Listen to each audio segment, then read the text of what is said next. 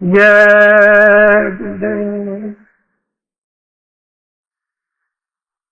जय गुरुदेव। प्रथमे सुनो गगन में बाजा, घंटा शंख छाट। जब तुम्हारी सूरत उस श्याम क्षेत्र में जब लक्ष्य बना लेगी तो कहते हैं कि प्रथम पहले ही घंटे और शंख की आवाज घनाघन हो रही, सुनाई दे। तब आप इसको मिलाओ कि मंदिरों में क्या होता है। तो ये उसका एक नमूना है, नकल। इन मंदिरों में घंटा शंख बजाते हो, एक नकल है। वो तो निरंजन भगवान के मुख से ही घंटा शंख बज रहा, वहां तो बंद कर दिया होता नहीं। तो प्रथम सुनो गगन में बाजा, बाजे बजे, और इतने अद्भुत आनंददायक मीठे बाजे, ऐसा मालूम होता है कि अमृत से सने हुए। सुनो गगन में घंटा और शंख, ये सुनने को मिलता है। जब ये मिल जाए, उसको सुनाई दे, तो बहुत सी आवाजें चारों तरफ से प्रकट हो जाती है। ऐसा मालूम हो रहा है कि अनंतों आवाजें उत्पन्न हो रही है। फिर उसको धीरे से घंटे और शंख की आवाज को छाट लो। धीरे धीरे धीरे धीरे छाटते छाटते सब आवाजें जो अन्न आ रही थी बंद हो जाए। उस आवाज के सामने वो आवाजें लय हो जाए, बंद नहीं होती, उस आवाज में सुनाई नहीं देती। जैसे कोई अब आवाज हो रही है और आप बोलते रहो छोटी मोटी आवाज तो सुनाई नहीं देता है, इसी तरह से वो इतनी बड़ी आवाज, यानी इतने बड़े बाजे आवाज करते हैं कि छोटी मोटी वहां पर आवाजें राग रागनी दब जाती है, उसके सामने सुनाई नहीं देती। तो वो अपना भेद बता रहे कि भाई ऐसा करना है कि अगर तुमको चलना है तो 5 नाम का स्मरण करो। फिर अपनी सूरत को श्याम क्षेत्र में रखो। प्रथम में सुनो गगन में बाजा, घंटा।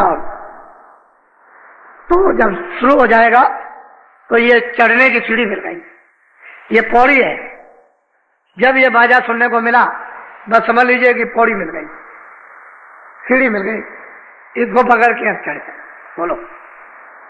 सहस कमल दल ज्योति लखाई, बांकनाल में जाए। कहते हैं कि ये हमने देखा।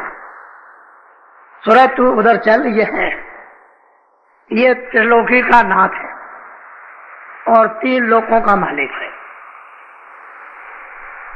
ये पिंडलोक और अंडलोक और ब्रह्मांडलोक, उसका ये मालिक नाम सैदल कमल में विराजमान है। इनकी आवाज घंटा, इसको सुनो और इसमें मिलो, लय हो जाओ, तो ये खबर पड़ेगी कि ऊपर से भी आवाज आ रही, और भी कुछ आ रहा। बोलो।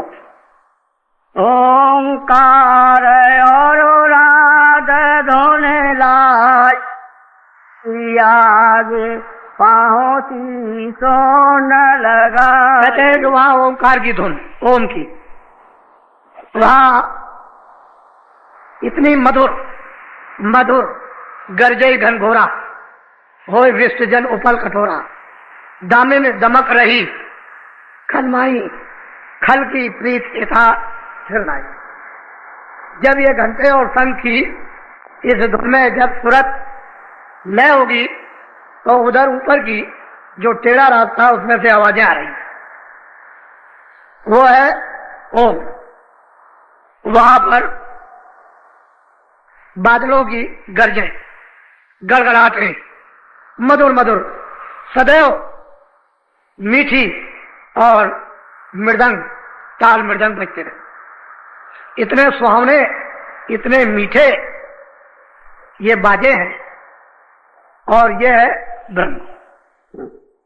इसकी 3 लोक से अलग है, इसका लोक अलग है, इसका राज भी अलग है, ओम का राज अलग है और निरंजन भगवान का राज अलग।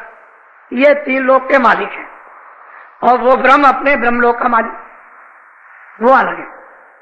तो ऊपर की आवाज जब सुनाई देगी तो इसी रास्ते से जब इसमें सूरत लय हुई घंटे संग में तो आवाजें आ रही हैं, वो इस पर सोने लगती है, क्योंकि स्थूल खोल उतर गया, लिंग भी उतर गया, अब वो सूक्ष्म में चल रही और आवाजें आने लगी, उधर से सुनाई देने लगा। जब उसमें लय हुई,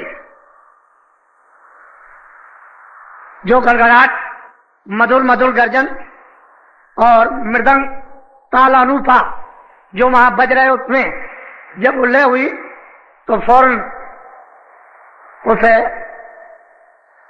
ओंकार पद को सूरत यानी प्राप्त जब करती है तो वहां पर एक केंद्र बना हुआ। जैसे ही उसने प्राप्त किया कि ऊपर की धुनें तरह तरह की उसको सुनाई देने लगी और ऊपर में तो कोई खोला नहीं है, बस ये जब शब्द स्पर्श रूप रस गंध जब ये धुनी में लय हुई, ओंकार धुनी में बादलों की गरज और मृदंग की, तो फौरन केंद्र पर पहुंच गई और ऊपर से आवाजें आ रही। तो ये सूरत गुणातीत हो गई। अब सब गुणों से नहीं, अब ये किसी गुण के अंदर नहीं है। जल पृथ्वी अग्नि वायु आकाश ये मृतलोक है। 17 तत्वों का जो लिंग शरीर, 10 इंद्रियां, 4 चतुर्संताकरण मन बुद्धि चित्त और अहंकार और रजोगुण तमोगुण सतोगुण, ये 14 तबक 14 लोक जो स्वर्ग वैकुंठ में वहां इसकी एक सीमा है। आगे सूक्ष्म लोक है 9 तत्वों, सत्य स्पर्श रूप रसगन और मन बुद्धि चित्त और अहंकार, ये 9 तत्वों का एक खोल, इसको भी पार कर गई। और त्रिकुटी में 5 तत्वों का शब्द स्पर्श रूप रसगन और कोई चीज नहीं है। जब इसको भी इसने जब पार किया और जब केंद्र पर पहुंच गई तो नीचे खा तक छोड़ दिया। अब यही सूरत जो दोनों आंखों के पीछे बैठ गई, वो ओंकार पद में उनका तो साक्षात कर ही लिया, लेकिन गुणातीत हो गई। अब वो गुणों के अंदर नहीं आ सकती, ना उसको गुण को लिभायमान कर सकते। तो यहीं से जो शुरुआत होती है ऊपर में, वो प्रकृति लोक की होती है। ऊपर में पुरुष है जिसको पारब्रह्म कहते हैं, निरंकार पुरुष जो 10वें द्वार में विराजमान, नीचे है प्रकृति। वहां से कृष्ण भगवान भेजे गए थे, इसलिए कृष्ण भगवान गुणातीत थे।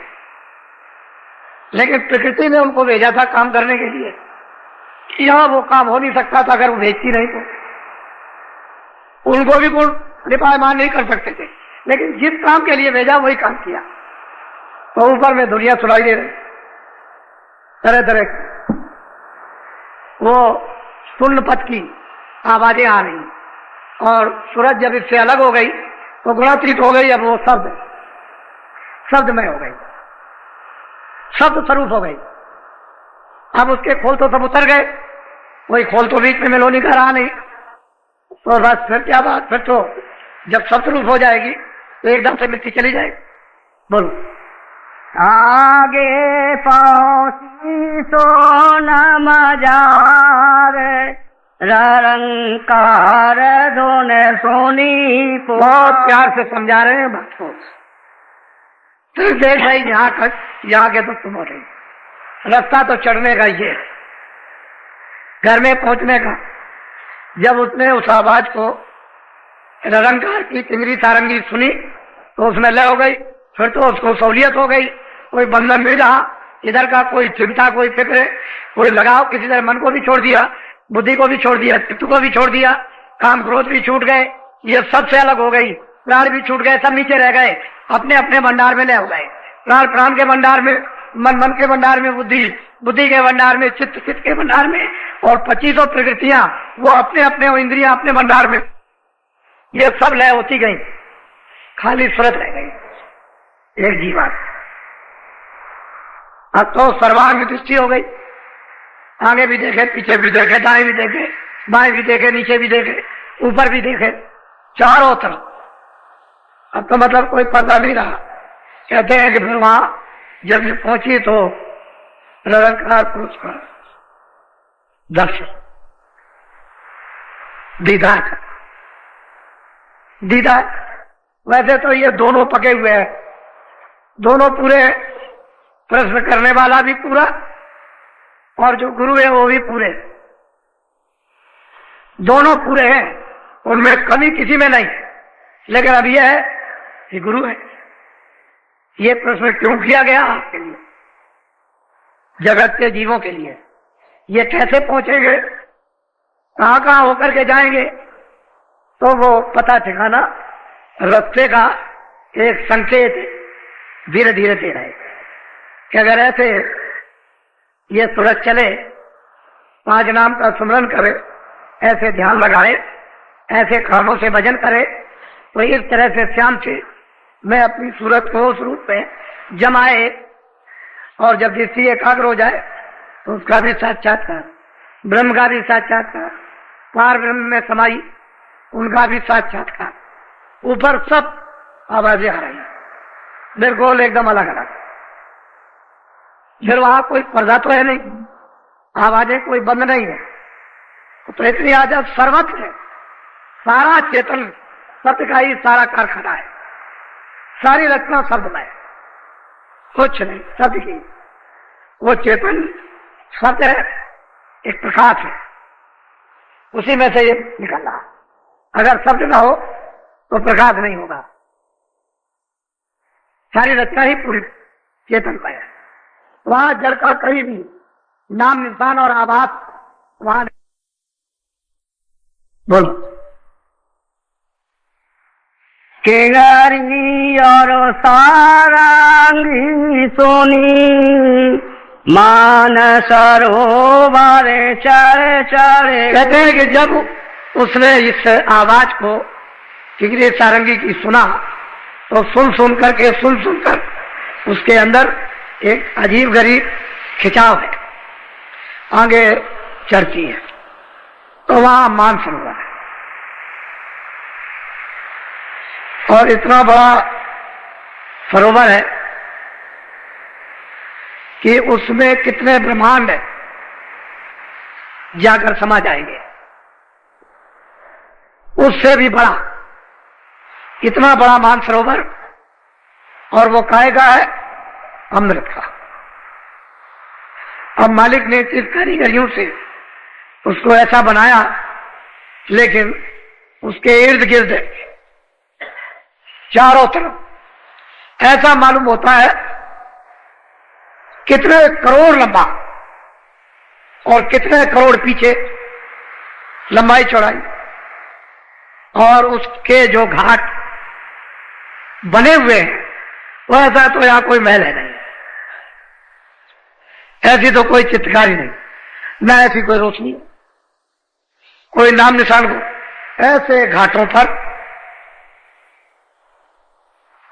असंख्यों उन घाटों पर रुएं स्नान भी कर रही है और अमृत पी रही है। वो तो दृश्य तो दृश्य ही है। जो सूरत यहां से वहां जाएगी, उसमें स्नान करेगी, तो स्नान करते ही पुरुष प्रकृति से, ब्रह्म माया से, ईश्वर और शक्ति से, ब्रह्मा विष्णु महादेव से और काल जाल से, जन्म मरण से साफ दांत छूट गए। उसका यही स्नान, वहां से वह ऐसी रोशनी कहीं से, यानी ऐसा प्रकाश, लाइट पड़ रही है, ऐसी अद्भुत लाइट जैसे कि वहीं पर वर्षा हो रही है। उसमें रुए जीवात्माएं स्नान कर, अमृत पीकर इतनी ताकतवर, इतनी प्रकाशमान, इतनी शक्तिदायक हो जाती है कि उनका मुकाबला क्या होगा। ये जो सूरत दोनों आंखों के पीछे जो बैठी हुई है, जब ये यहां से वहां पहुंच जाएगी और हंसों के साथ जब वहां मिलकर अपना रूप हंसनी धारण करेगी और अमृत पिएगी तो फिर क्या वर्णन होगा।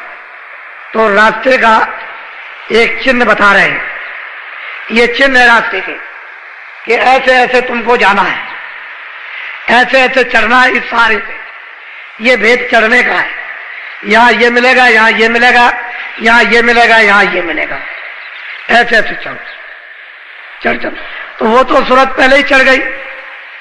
तभी उसने प्रश्न किया है कि ऐसा प्रश्न किया जाए कि सभी जीवों का उससे लाभ हो, हित हो जाए, ऐसा प्रश्न हो कि किसी का लाभ ना हो। तो प्रश्न करने वाली भी पूरी और जिससे प्रश्न कर रही हो गुरु भी पूरे, इनमें से कोई अधूरा नहीं है। अगर वो नहीं जानती होगी तो प्रश्न क्या करेगी, बोलो।